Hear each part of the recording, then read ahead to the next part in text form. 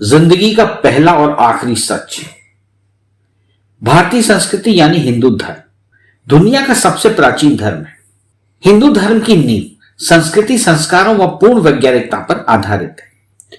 प्राचीन ऋषि मुनियों ने जीवन को मर्यादित तथा पवित्र बनाने के लिए 16 संस्कारों का निर्माण किया था, जो कि मनुष्य के पूरे जीवन काल में पूरे होते हैं। आज हम आपको इन्हीं संस्कारों की जानकारी दे रहे हैं। गर्भाधान हिंदू धर्म का पहला संस्कार है। यहीं से शिशु का निर्माण होता है। गृहस्थ आश्रम में प्रवेश करने के पश्चात दंपति युगल को संतान उत्पन्न करने की मान्यता दी जाती है। इसलिए शास्त्र में कहा गया है कि उत्तम संतान प्राप्त करने के लिए सबसे पहले गर्भाधान संस्कार होना जरूरी है। गर्भाधान जीव का पहला संस्कार है, क्योंकि उस समय ही जीव सर्वप्रथम माता के गर्भ में प्रविष्ट होता है। श्रेष्ठ संतान की प्राप्ति के लिए माता पिता को शारीरिक और मानसिक रूप से अपने आप को तैयार करना होता है, क्योंकि आने वाली संतान उनकी ही आत्मा का प्रतिरूप है। इसीलिए पुत्र को आत्मज व पुत्री को आत्मजा कहा गया है। दूसरे संस्कार को पुंसवन संस्कार कहते हैं। यह संस्कार गर्भाधान संस्कार के 3 माह बाद ही किया जाता है। इसकी वजह है कि गर्भ में 3 महीने रहने के बाद गर्भ के अंदर शिशु के मस्तिष्क का विकास होने लगता है। पुंसवन संस्कार के द्वारा ही शिशु जो गर्भ में पल रहा होता है उसके संस्कारों की नींव रखी जाती है, और कहा जाता है कि गर्भ में रहकर शिशु मां द्वारा सीखने लगता है। हिंदू धर्म में तीसरे संस्कार को सीमंतोन्नयन संस्कार कहते हैं। यह संस्कार गर्भ के चौथे, छठे और 8वें माह में होता है।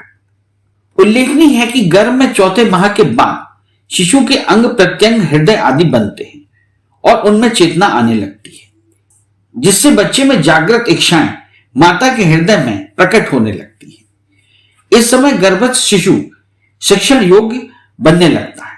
उसके मन व बुद्धि में नई चेतना जागृत होने लगती है। ऐसे में जो प्रभावशाली अच्छे संस्कार डाले जाते हैं उनका शिशु के मन पर बहुत गहरा प्रभाव पड़ता है। इसका उदाहरण महाभारत में देखने को मिलता है। जब अर्जुन ने अपनी पत्नी सुभद्रा को चक्रव्यूह वेदन की जो शिक्षा दी थी, वह सब गर्भस्थ शिशु अभिमन्यु ने सीख ली थी।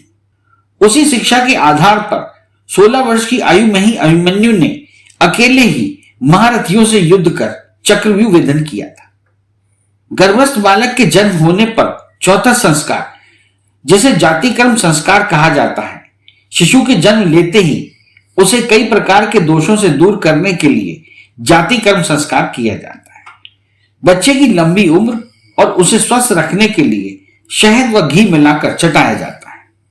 हिंदू धर्म में 5वां संस्कार है नामकरण संस्कार। बच्चे के जन्म के 11वें दिन बच्चे का नाम रखा जाता है। बच्चे के नाम रखने के संस्कार को ही नामकरण संस्कार कहते हैं। हमेशा बच्चे का नाम ऐसा रखना चाहिए जो ज्योतिष शास्त्री के अनुसार अच्छा हो। बच्चे के जन्म के चौथे महीने में निष्क्रमण संस्कार किया जाता है। इस संस्कार के द्वारा बच्चे के कल्याण, दीर्घायु और स्वस्थ रहने की कामना की जाती है। नवजात शिशु के 6वें या 7वें महीने में दांत निकलने लगते हैं, तो उस समय अन्नप्राशन संस्कार किया जाता है। इस संस्कार में बच्चे को अन्न खिलाने की शुरुआत होती है। जब बच्चे का पहली बार मुंडन किया जाता है तो उस प्रक्रिया को चूड़ाक्रम संस्कार कहा जाता है। बच्चे का मुंडन होने से उसकी बुद्धि तेज होती है और शिशु को स्वास्थ्य लाभ मिलता है। जब शिशु बड़ा हो जाता है तो इसका विद्यारंभ संस्कार किया जाता है। इस संस्कार से बच्चा अपनी विद्या आरंभ करता है। इसके साथ साथ माता पिता और गुरुओं को भी अपना दायित्व निभाने का अवसर मिलता है। कर्णभेद संस्कार का आधार वैज्ञानिक है। बालक का शरीर की व्याधि से रक्षा करना इस संस्कार का मुख्य उद्देश्य होता है। कान हमारे शरीर का मुख्य अंग होते हैं। कर्ण भेद से इसकी व्याधि कम हो जाती है और श्रवण शक्ति मजबूत होती है। यज्ञोपवीत यानी उपनयन संस्कार में जनेऊ पहनाया जाता है। मुंडन और पवित्र जल में स्नान भी इस संस्कार के अंग होते हैं। यज्ञोपवीत सूत से बना वह पवित्र धागा है जिसे व्यक्ति बाएं कंधे के ऊपर और दाएं भुजा के नीचे पहनता है। वेदारंभ संस्कार ज्ञान अर्जन से संबंधित है। शास्त्रों में ज्ञान को सर्वोपरि माना गया है। प्राचीन काल में यह संस्कार मनुष्य के जीवन में विशेष महत्व रखता था। यज्ञोपवीत के बाद बालक को वेदा का अध्ययन एवं विशेष ज्ञान से परिचित होने के लिए योग्य आचार्यों के पास भेजा जाता था। केशांत संस्कार के अंतर्गत बालक के सभी केशों को हटा दिया जाता है। शिक्षा प्राप्त करने से पहले यह संस्कार अवश्य किया जाता है ताकि बालक की बुद्धि शुद्धि हो सके और उसका मस्तिष्क सही क्रम में कार्य कर सके। समावर्तन संस्कार शिक्षा की समाप्ति पर किया जाता था। समावर्तन के समय ब्रह्मचारी गुरु को यथाशक्ति गुरु दक्षिणा देते थे तथा घर जाने की अनुमति लेते थे।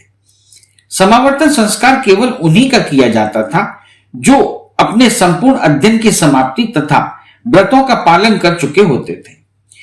आजकल गुरुकुल परंपरा समाप्त हो गई है, इसलिए यह संस्कार अब नहीं किया जाता। हिंदू संस्कृति में स्त्री व पुरुष दोनों के लिए विवाह संस्कार बहुत महत्वपूर्ण है। विवाह के बाद ही व्यक्ति जीवन के विस्तृत क्षेत्र में प्रवेश करता है। गृहस्थ जीवन का वास्तविक प्रारंभ यहीं से माना जाता है। वेदाध्ययन के बाद जब युवक में सामाजिक परंपरा निर्वाह करने की क्षमता व परिपक्वता आ जाती थी तो उसे गृहस्थ जीवन में प्रवेश कराया जाता था। लगभग 25 वर्ष तक ब्रह्मचर्य का व्रत पालन करने के बाद युवक परिणय सूत्र में बंधता था। अंत्येष्टि मनुष्य का अंतिम संस्कार होता है जो उसकी मृत्यु के बाद किया जाता है। इसमें मृत व्यक्ति के पार्थिव शरीर का दाह संस्कार किया जाता है। शवदाह के बाद शोक की अवधि 13 दिन की होती है। पिंडदान, श्राद्ध कर्म और ब्राह्मण भोजन के बाद मृतक का परिवार शुद्ध माना जाता है। अंत्येष्टि क्रिया से संबंधित ये नियम पूर्व में भी थे और आज भी हैं। अंत्येष्टि संस्कार होने से व्यक्ति अपने उक्त संस्कारों के द्वारा परलोक में विभिन्न परिस्थितियों में विजय प्राप्त कर सकता है। इस चैनल को लाइक और सब्सक्राइब करना ना भूलें। देखते रहिए बंजारा बीट्स।